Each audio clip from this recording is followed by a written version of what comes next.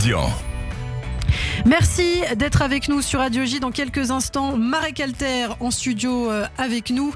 On parle de Yom HaShoah, effectivement. Bonjour Marek. Bonjour. Merci d'être avec nous. Une journée importante, journée israélienne de commémoration de la Shoah qui a commencé hier soir, marquant l'anniversaire du soulèvement du ghetto de Varsovie d'abord. Une journée de commémoration pour les 6 millions de juifs assassinés par les nazis cette année, alors que la guerre entre Israël et le groupe terroriste du Hamas entre dans son 7e mois. C'est une journée qui revêt un symbolisme particulier, puisque c'est le premier Yom HaShoah depuis l'assaut barbare du 7 octobre du Hamas, qui a été le jour le plus meurtrier pour les Juifs depuis la Shoah. Et nous sommes donc avec l'écrivain Marek Alter, effectivement. Marek, vous êtes un grand conteur, un grand romancier du peuple juif, auteur tout récemment d'un roman, Dans tes yeux, un amour dans le ghetto, publié justement à l'occasion aussi de l'anniversaire du soulèvement du ghetto de Varsovie. On vous avait reçu il y a quelques semaines pour en parler. Alors Marek, vous êtes né en Pologne, à Varsovie justement, et vous racontez dans votre livre que Varsovie, avant la Shoah, c'était une ville d'1 million d'habitants, dont le tiers étaient juifs, avec ses restaurants, ses journaux, ses cinémas, ses théâtres. Avant que les juifs soient parqués finalement dans ce ghetto de Varsovie, c'était une ville extraordinaire pour la communauté juive finalement. Est-ce que vous avez peut-être des souvenirs, même si vous étiez tout petit, de Varsovie ? Oui, bien sûr. Nous avons quitté Varsovie, j'avais 4 ans et demi. Nous avons fui les ghettos grâce à la complicité des quelques amis catholiques de mon père. C'est vrai que c'est un monde... Vous savez, nous les Juifs, on est particuliers. Si vous lisez notre littérature, vous écoutez les chansons, il n'y a pas des ton guerrier chez nous. Nous sommes contents quand on est là. L'hymne des partisans, des maquisards juifs commence « Nous sommes là, nous sommes là, nous sommes là ». D'ailleurs, nous répétons aujourd'hui « Am Israël Hay ». On ne demande pas vengeance, on ne demande pas victoire. C'est très particulier. Donc, le problème, c'est que c'était un monde que les gens ne savent pas. 6 millions, 7 millions, 11 millions de personnes parlaient une langue qui s'appelait le yiddish. J'ai dit s'appelait parce qu'il y a très peu de gens en parlent aujourd'hui. Oui. Il y avait une littérature, théâtre, vous avez dit. Bon, ça veut dire une vie quotidien en yiddish, de gauche, de droite, religieux, anti-religieux, laïque, etc. Et aujourd'hui, on en parle comme si c'était une Atlantide, comme Platon parle de l'Atlantide, d'un territoire englouti et disparu. Alors, il y a un musée à Varsovie, musée juif, où on amène encore des enfants des écoles pour regarder, pour voir. Ouais. Avec l'âge, vous m'avez posé la question, je n'ai pas oublié. C'est très drôle. C'est les images oubliées de l'enfance ressurgissent beaucoup plus nettes. Au début, notre enfance est un peu floue. Aujourd'hui, vous dites être hanté par votre enfance. Oui, c'est vrai. C'est vrai. Parce que je me rends compte que sur un point, les nazis ont réussi. Ils n'ont pas réussi à anéantir le peuple juif. C'était ça l'objectif dans Mein Kampf d'Hitler. Nous sommes là, nous sommes là, à Israël. Mais ils ont réussi à détruire une civilisation juive comme, à un moment donné, Nebuchadnezzar a détruit une civilisation juive qui était en Babylonie, en Mésopotamie, qui a produit quand même les Talmuds des Babyloniens. C'est-à-dire, nous avons... Et cette civilisation, elle fait partie de ma mémoire. Ouais. Or, je ne peux pas la partager. Parce que ça veut dire, quand je la partage, ça devient de la littérature. Ce n'est plus un témoignage. Donc, c'est un problème. La Shoah, je me demande, puisque vous me donnez les moyens de m'interroger devant nos auditeurs, est-ce que nous étions des bons gardiens de la mémoire? Je me demande. Alors, dans votre livre, Marek Alter, vous tentez de raconter l'amour, la perspective d'une histoire d'amour, en tout cas d'une vie meilleure, au travers d'un épisode tragique, donc la ghettoisation des Juifs de Pologne, la création de ce ghetto de Varsovie dans lequel sont entassés des centaines de milliers de Juifs. Il faut rappeler quand même que c'est 40% de la population de la ville qui s'entasse dans des conditions insalubres dans 8% de la superficie de Varsovie. Est-ce qu'on peut rappeler aussi quelles étaient les conditions de vie dans le ghetto de Varsovie? Vous savez, l'homme, ça s'habitue à tout. Ça veut dire, même parmi les déchets, on fait l'amour. C'est extraordinaire, la force de l'amour de la vie, tout court. Bon. Et c'est vrai qu'on était enfermés, 500 000 personnes, c'est comme la ville de Marseille, enfermée dans un quartier. Et puis la vie s'est reconstituée. Il y a des théâtres, on applaudit Spielmann, le pianiste, auquel Polanski a dédié un film, Le pianiste. Oui. On fait la queue devant l'opéra, et puis des enfants squelettiques, on les ramasse sur les trottoirs, on les met dans les charrettes à bras et on les dépose dans une fosse commune. Tout le monde sait que ça se terminera mal. Tout le monde sait que l'horizon n'est pas lointain. Ça veut dire que tout le monde sait qu'ils vont mourir. Et pourtant, il y a l'espoir. C'est ça que j'ai appris d'ailleurs. C'est quelque chose de très particulier quand vous lisez la Bible, c'est l'espoir. Il y a toujours une étincelle dans les ténèbres. Et les gens crevaient de faim. Il y avait des gens qui mouraient mangeaient. De maladie. Ouais. Mangeaient parce que ceux qui étaient riches avant la guerre, ils avaient gardé un peu d'argent. Donc, à travers les murs, ils jetaient l'argent aux Polonais catholiques qui leur jetaient quelques pommes de terre, la farine, les sucres, les sels, etc. Donc, tout ça, ça existait. L'homme, c'est ça qui est extraordinaire. S'arrange à tout. Regardez en Israël aujourd'hui. Il y a des gens qui veulent retourner dans les kibbutz Be'eri et recommencer la vie. C'est fantastique. C'est ça la force de l'homme. C'est pour ça que je les aime, les hommes. Alors, Marek Alter, on l'a dit, vous êtes né en Pologne, à Varsovie. Au début de la guerre, vos parents se réfugient aussi en Ouzbékistan, dans l'ex-Union soviétique. Et vous revenez en 1946 en Pologne pour récupérer aussi, j'imagine, votre vie d'avant, vos biens, votre maison. Mais vous constatez qu'après la Shoah, les Polonais sont toujours très violemment antisémites et des pogroms se produisent, notamment dans la ville de Kielce. J'espère que je le prononce correctement. Le 4 juillet 1946, des pogroms donc après la Shoah encore. Ben oui, ça pose des questions. C'est pour ça que j'ai dit, est-ce que la Shoah est vraiment une leçon absolue pour décourager les gens d'haïr l'autre, juif ou pas juif, ou tzigane? Simone Veil, n'oubliez jamais les tziganes quand elle parlait d'Auschwitz.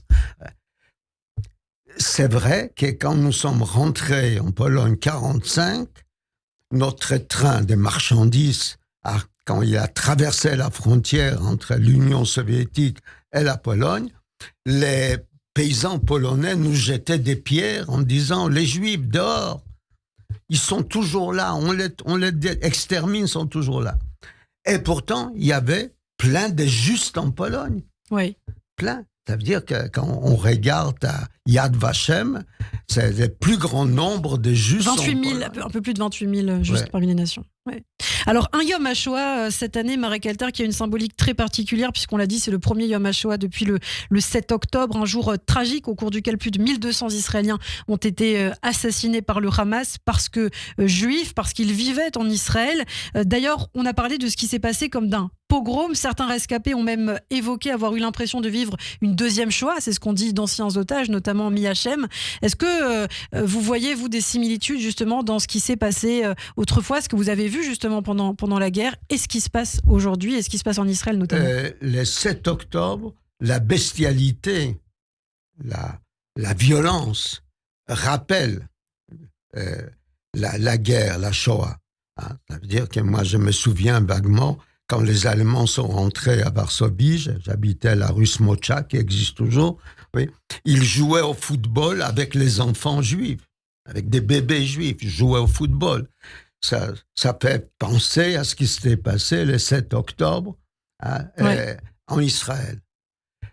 Et pourtant, curieusement, le 7 octobre, je crois que nous en avons parlé, j'ai pensé, quand j'ai vu des images, je me suis dit, ça va décourager ça va haine. entraîner une solidarité. Et ce qui s'est passé, c'était le contraire. On dirait que ça a soulevé les couvercles de la haine, que cette haine a existé, a survécu à la Shoah, et elle s'est libérée avec le 7 octobre. Regardez ce qui se passe dans les universités. Et on va justement en parler, Marek. On va marquer une courte page de publicité. On en parle juste après. Radio J, le 6-9, Ilana Ferradian. Tous les matins, à 7h45 sur Radio J, Christophe Barbier. Je vous retrouve tous les matins dans le 6-9 d'Ilana Ferradian avec un invité politique chaque jour. C'est le Barbier du matin. C'est tous les jours, à 7h45 sur Radio J. Vous êtes assujetti à l'impôt sur la fortune immobilière, Victor Vince, directeur général du MDA France. un don vous permet de sauver des vies en Israël. Le Magen David Adom n'est pas financé par l'État d'Israël. Véhicules médicalisés, matériel médical, transfusion sanguine. Grâce à votre générosité, des milliers de vies sont sauvées chaque année. Faites de votre IFI un don en faveur de la vie. MDA France, 40 rue de Liège, Paris. MDA-France.org. MDA-France.org. Radio J. Le 9-10, Ilana Ferradian. Merci de nous rejoindre sur Radio J. Nous sommes toujours effectivement avec l'écrivain Marek Alter. Merci Marek d'être avec nous. Alors on parle de ce Yom HaShoah effectivement cette année, le premier depuis le 7 octobre 2023 et ce qui s'est passé en Israël. Et vous évoquez effectivement ce qui se passe dans les universités en ce moment. Que vous inspirent les actes, les discours antisémites, en tout cas vous allez nous le dire si vous considérez que c'est antisémite, dans ces universités d'abord américaines, puisque nos étudiants français ont cru bon de prendre exemple sur les Américains. Ben oui, c'est là où je crois que nous nous sommes trompés. Nous avons pensé que maintenir la mémoire de la Shoah pour montrer ce que c'est que la haine, à quoi elle aboutit, à quoi elle peut aboutir, ne protège pas les hommes. C'est comme la maladie. Le fait d'avoir été malade ne nous protège pas contre la maladie. Et nous ne nous sommes pas réadaptés. Ça veut dire qu'on a continué tout le temps le même discours. À la fin des comptes, je me souviens, on avait discuté avec Elie Wiesel et Simone Veil un jour, et on s'est dit, un jour viendra où il n'y aura que deux peuples qui se souviendront de la Shoah, les Juifs et les Allemands. Et là aussi, on s'est trompé. Il n'y aura que des Juifs. Quand on voit en Israël, ça m'impressionne toujours, les sirènes qui se mettent à hurler, et tous les pays, gauche, droite, peu importe, c'est fige. Qu'on a entendu ce matin. Oui. C'est fabuleux. Oui. C'est fabuleux. J'ai envie de pleurer. Ben oui. Mais c'est seulement les Juifs. Seulement les Juifs. Et nous, on se souvient de tout. On se souvient d'exil de Babylone, de la destruction des temples, des massacres, etc. On se souvient de tout. C'est très difficile de partager sa propre souffrance avec les autres. Même si on essaie de l'universaliser, dire regardez les Tutsis hier, avant-hier les Arméniens. Mais comment vous expliquez justement qu'on soit toujours dans cette concurrence victimaire, qu'on a du mal finalement à se mettre à la place des autres, à comprendre la souffrance des autres? Mais peut-être parce que nous n'avons pas, peut-être, je ne sais pas, trouvé les bons discours. Ça veut dire universaliser, quand Simone Veil tenait absolument qu'on parle des tziganes, c'est pour montrer qu'on n'était pas les seuls à Auschwitz. Les tziganes aussi, on les brûlait. Les homosexuels aussi. Oui. Donc, elle était la seule à en parler. Aujourd'hui, personne n'en parle. Donc, on n'a peut-être pas su partager, associer à notre souffrance d'autres. Oui. Et peut-être, je ne suis pas sûr que ça aurait changé quelque chose. La haine traverse les générations, traverse les cultures, et nous sommes les meilleurs boucs émissaires qui existent. C'est Goethe qui disait, le poète allemand Goethe. Aujourd'hui, en tout cas, on a entendu ce matin l'historien Georges Bensoussan parler d'hypocrisie. D'ailleurs, le père Desbois aussi parlait d'hypocrisie. Des militants pro-palestiniens qui s'indignent peut-être à juste titre de ce qui peut se passer dans la bande de Gaza, mais qui ne s'indignent absolument pas pour les autres peuples qui souffrent. On l'a dit, le peuple arménien, le peuple congolais. Est-ce que vous aussi, vous considérez qu'il y a une forme d'hypocrisie et que s'il n'y avait pas de juifs justement dans l'équation, on en parlerait? C'est pas une question d'hypocrisie. Il y a que les jeunes s'indignent, c'est justifié. Si un jeune n'était pas capable de s'indigner devant la justice, alors que deviendrait-il? Peu importe. Et là où il y a un problème, c'est qu'il y a un choix politique. Et c'est ça qui me fout en rogne. C'est ça. C'est qu'en Israël, il y a tous les jours des manifestations, des jeunes dans les universités qui veulent quoi? La libération des otages et la paix avec les Palestiniens. Et on ne les montre pas à la télévision en France. On n'en parle pas.